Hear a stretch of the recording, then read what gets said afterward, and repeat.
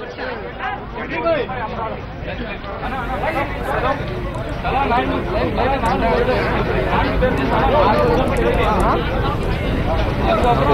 वक्त की बड़ी खबर आपको बता दें, खबर यह आ रही है कि आय से अधिक संपत्ति के केस में जयललिता को सजा का ऐलान भी हो गया है। 4 साल की सजा का ऐलान हुआ है, यानी अब तमिलनाडु की मुख्यमंत्री तुरंत जाएंगी जेल। इस वक्त की बड़ी खबर है, जयललिता को 4 साल की सजा का ऐलान हुआ है आय से अधिक संपत्ति के मामले में।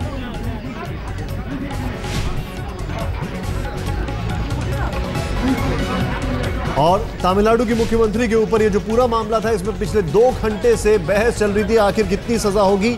लेकिन अब न सिर्फ वो मुख्यमंत्री पद से हटेंगी, बल्कि उनको सीधे जेल जाना पड़ेगा, क्योंकि जो अभी तक चीजें सामने आ रही थी उसके मुताबिक उनके ऊपर तकरीबन 100 करोड़ का जुर्माना लगा है। जयललिता के ऊपर 100 करोड़ का जुर्माना, 66 करोड़ का यह मामला है और 100 करोड़ का जुर्माना लगा है। तमिलनाडु की मुख्यमंत्री जयललिता के लिए चिंता भरे दिन।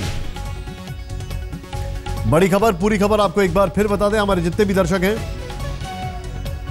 अभी अभी ये खबर आ रही है और ये खबर में साफ हो गया है कि तमिलनाडु की मुख्यमंत्री जयललिता आय से अधिक संपत्ति के मामले में बेंगलुरु की विशेष अदालत ने तमिलनाडु की मुख्यमंत्री को दोषी करार दिया है। 3 बजे सजा का ऐलान किया गया और 5 बजे क्वांटम ऑफ पनिशमेंट, यानी कितनी लंबी सजा होगी इसका ऐलान किया गया और उनके ऊपर 4 साल की सजा और 100 करोड़ का जुर्माना। इस वक्त की सबसे बड़ी खबर।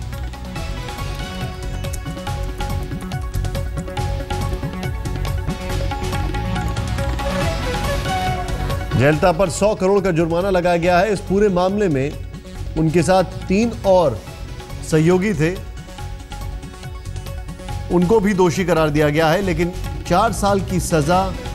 और यह बहुत बड़ी खबर है। रोहिणी स्वामी इस वक्त हमारे साथ है, हमारे सहयोगी। क्या रिएक्शंस आ रहे हैं वहां पर? बड़ी खबर, बहुत ही बड़ी खबर है यह। जिस तरह से आप देख सकते हैं कि यहाँ पे काडर बिल्कुल यहाँ पे गुस्से में है। 4 साल की सजा और 100 करोड़ का जुर्माना, ये बहुत ही बड़ा है। बाकी जो 3 आरोपी उनको भी 4 साल की सजा मिल गई है।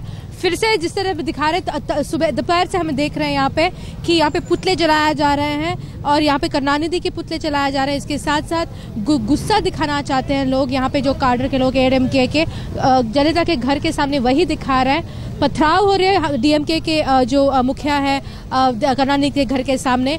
तमिलनाडु में अगर बात की जाए, बहुत जगह में पावर कट्स माने बिजली बंद किए गए हैं, मीडिया ब्लैक हुआ है। तो यही कहा जा रहा है कि बहुत ही ज़्यादा गुस्सा दिखाने वाले हैं। एक बात कहूँ आपको निशान की, जो काडर से हम बात करें, उनका कहना है कि इसमें ज़्यादा प्रभाव नहीं पड़ सकती एडीएमके के ऊपर, क्योंकि उन्होंने पिछले इलेक्शन अच्छी तरह से उन्होंने जीत लिया है। बहुत सारे पूरे जितने भी सीट्स हैं वो उनके पास ही हैं। तो डीएमके ने भी ये कहा है कि वो री इलेक्शन की बात ही नहीं करेंगे। पर जयललिता जेल अभी तुरंत ही वो अरेस्ट होगी वहाँ पे और बेंगलोर सेंट्रल जेल लेके जाएंगे, जहाँ पे वो स्पेशल कोर्ट है, वहाँ से सिर्फ 100 मीटर की दूरी है बेंगलोर सेंट्रल जेल, वहाँ लेके जाएंगे। और जब तक ट्रांजिट उनको न मिले कहीं किसी और जेल उनको शिफ्ट करने के लिए, तब तक के लिए वो बेंगलोर सेंट्रल जेल में ही रहेगी। माजिद मेमन इस वक्त हमारे साथ वरिष्ठ अधिवक्ता हैं। माजिद साहब, क्या रिएक्शन है आपका इस पर? 4 साल की सजा और 100 करोड़ का जुर्माना। देखिए, ये जयललिता जी पर खुद पर एक बड़ी आपत्ति है और साथ ही साथ एडीएमके के लिए भी एक बहुत ही दर्दनाक डेवलपमेंट है, क्योंकि अम्मा जो हैं वो एआईएडीएमके की सब कुछ हैं। यहाँ तक कि उनकी लगभग पूजा की जाती है, पैर छुए जाते हैं। तो ये एआईएडीएमके को राजनीतिक बहुत बड़ा धक्का है और अम्मा को अपने करियर के लिए भी एक बहुत बड़ा धक्का, विशेष तौर पर इसलिए कि हमारा रिप्रेजेंटेशन ऑफ पीपल को जो रिसेंटली अमेंड किया गया है, ताकि सुप्रीम कोर्ट ने बार बार पिछले 5 सालों में कई बार सुप्रीम कोर्ट ने अपने इस बात को, विचार को सामने रखा है कि राजनीति में भ्रष्टाचार को खत्म किया जाए या कम किया जाए।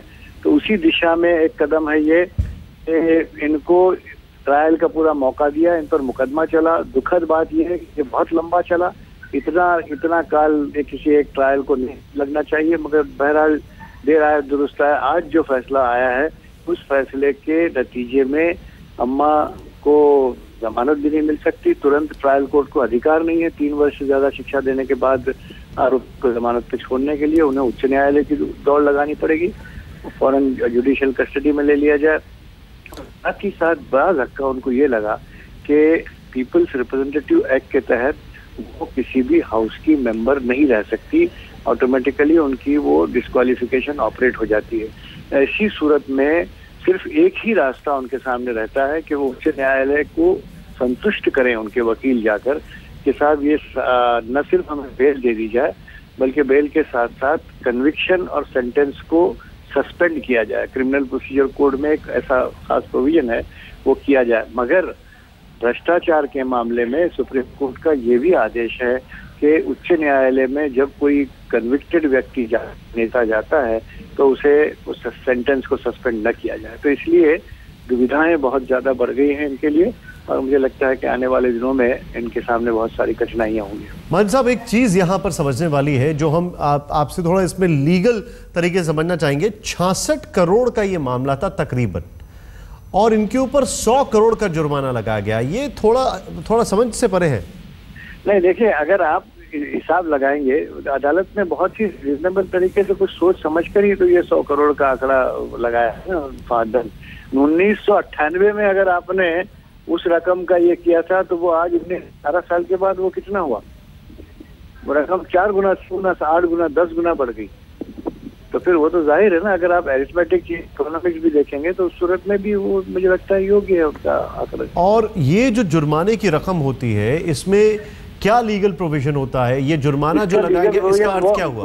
वो आप अगर आप ये फैसला पढ़ेंगे तो उसमें होगा ये, जो हमारे सामने वो फैसला की तफसील पूरी है नहीं, मैंने अभी तक देखा नहीं उसे, मैं इसलिए आप शायद कुछ देर में पता चल जाएगा कि अदालत जब किसी व्यक्ति पर, किसी आरोपी पर दोषी होने का जजमेंट देती है और उसे सजा कैद की और दंड की, जुर्माना की, दोनों देती है, तो उस सूरत में ये लाजिम होता है अदालत के लिए कि दंड इतना है, और अगर ये दंड नहीं भरा गया तो उसके एवज में इतनी सजा और ये उसमें होगा। अच्छा, मतलब ये है कि अगर आपने 100 करोड़ का जुर्माना नहीं भरा तो आपको और सजा हो सकती है, और शिक्षा होगी। बिल्कुल होगी, उसमें लिखा होगा, वो देखना है कि क्या लिखा है। जी माजिद साहब, हम इससे पहले अपने संवाददाता के पास जाएं, एक संक्षेप में एक आखिरी सवाल मेरा आपसे, क्या ये अपने आप में भारतीय राजनीति में एक बहुत बड़ा एग्जाम्पल, उदाहरण सेट कर दिया कोर्ट ने बैंगलोर की? नॉट नेसेसरी, ये बहुत बड़ा ये कोई पहला नहीं है। लालू प्रसाद इससे पहले हैं, इससे पहले राशिद मसूद हैं, इससे पहले और भी एक मुख्यमंत्री, क्या उन्होंने ये कठिनाइयां बर्दाश्त की है पिछले 2-3 सालों में, तो ये उन्हीं में से एक है सीरीज में। लेकिन इतना है कि ये एक बहुत ही पॉपुलर मुख्यमंत्री महिला इस तरह से दोषी करार दी गई है और वो उनको शिक्षा का पात्र ठहराया है अदालत ने। ये एक मिसाल है। और मैंने जैसा पहले कहा कि इन्होंने, इनका मकाम वो था सियासत में कि AIADMK का हर सांसद या हर विधायक जो है वो लगभग इनके पैर छूता था, तो इसलिए इनको ज्यादा धक्का लगा। बहुत बहुत शुक्रिया हमसे बातचीत करने के लिए आपका। सीधे चलते हैं, हमारे साथ रोहिणी स्वामी इस वक्त हमारे साथ चेन्नई से मौजूद हैं, TS सुधीर भी मौजूद है। लेकिन सबसे पहले रोहिणी जी, क्या रिएक्शंस आ रहे हैं वहां पर? पार्टी का जो कार्डर है उसके क्या रिएक्शंस आ रहे हैं? और मेरा नेचुरल से सवाल है, अगला मुख्यमंत्री कौन? निशांत, पहले तो यहाँ पे बहुत नारेबाजी चल रही थी, यहाँ पे बहुत ज्यादा पुतले जलाए जा रहे थे, पर उसके बाद यहाँ पे शांति है, क्योंकि लोग यहाँ पे बहुत ही, उनको धक्का लग गया है कि ऐसा भी सज़ा उनको मिल सकता है कि 4 साल की सज़ा और 100 करोड़ का जुर्माना।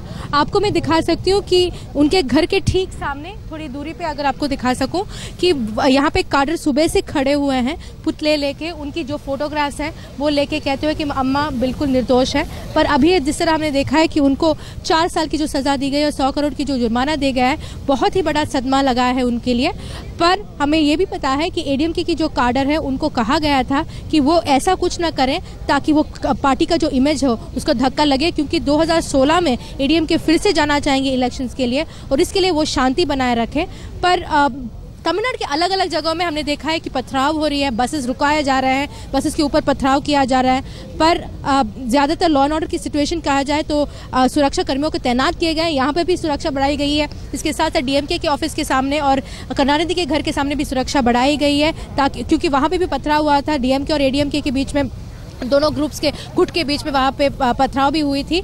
पर सुरक्षा कर्मियों की बात की जाए तो तमिलनाडु में भी बहुत टाइट किया गया है और फिर एक एडीएमके की तरफ से एक बंद का ऐलान भी हो सकता है कभी भी। उसके लिए अब हमें ये बताया जा रहा है कि कुछ ही देर में वो इसका ऐलान करेंगे। निश्चित तौर पर रोहिणी, अगर काडर की बात की जाए और वहां पर एआईएडीएमके की बात की जाए तो राजनीति धूप छांव का खेल है, ये कहा जाए तो गलत नहीं होगा। क्यों? क्योंकि 4 महीने पहले तमिलनाडु में लोकसभा चुनाव में अप्रत्याशित जीत और 4 महीने बाद मुख्य नेता को 4 साल की जेल। बिल्कुल।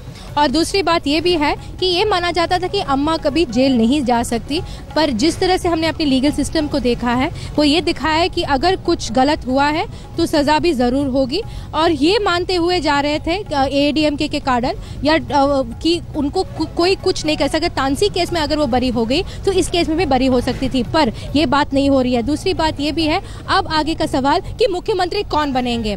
बहुत सारे नाम इसके सामने आ रहे हैं, 2-3 नाम आमने सामने आ रहे हैं, पर सबसे ज्यादा जो नाम लिया जा रहा है वो ओ पनीरसेल्वम का है। देखिए, मैं एक चीज यहां पर जानना चाहूंगा, जो थोड़ी देर पहले हमारी आपसे बात हो रही थी, जाहिर सी बात है अब जयललिता जो हैं वो बैंगलोर सेंट्रल जेल में ही जो विशेष कोर्ट बनाई गई है वहीं से जेल में चली जाएंगी, अब वापस पार्टी ऑफिस नहीं आ सकती। ये साफ हो चुका है, कहीं पे भी पार्टी ऑफिस नहीं आ सकती, चाहे वो बैंगलोर हो या चेन्नई हो। जी, ये साफ हो चुका है। तो ऐसे में ये सारी चीजों को पहले से ही आप प्लान आउट कर रखा होगा, प्रीएम्प्ट कर रखा होगा, सारी स्ट्रैटेजी पहले से ही तैयार कर रखी होगी। जाहिर सी बात है अब उसको इंप्लीमेंट करने की देर है शायद। जी बिल्कुल। अगर जयललिता कोई भी पॉलिटिकल एनालिस्ट देखें या जयललिता को वो करीब से देखें, उनको पता है कि जयललिता उनकी प्लान A, B, C तैयार रखती हैं। अगर उनको पता चला, पहले उनको लग रहा था कि वो बरी हो जाएगी तो उसका अलग प्लान था, अब उनका जो प्लान है कि उनको तुरंत वहाँ पे कोर्ट अरेस्ट होगी, क्योंकि 4 साल का जुर्म उनको सजा हुई है, सीधे बैंगलोर सेंट्रल जेल लेके जाएंगे। एक बात है कि उनके लॉयर्स अब तुरंत हाई कोर्ट में अपील करने के लिए जाएंगे बेल के लिए, इसके साथ साथ सुप्रीम कोर्ट में भी जाएंगे। पर अहम बात ये भी है कि आज शनिवार है, कल रविवार है, रविवार के दिन उनको जेल में ही रहना पड़ेगा क्योंकि कोर्ट खुला नहीं है। फिर दशहरे की भी छुट्टियां आ रही हैं, देखना पड़ेगा किस तरह की जयललिता के लॉयर्स बेल के लिए अप्लाई करेंगे। पर ज़रूर आप जिस तरह से आपने कहा है कि प्लान अलग अलग प्लान तैयार होंगे कि किस तरह से, अब तो सज़ा हुई है तो बेल के भी किस तरह से वो बाहर आ सकती हैं बेल में, उसके भी देखा जाएगा। रोहिणी, मैं आपके पास आ रहा हूं क्योंकि जयललिता उनको पता, मन ही मन उनको पता था, उनको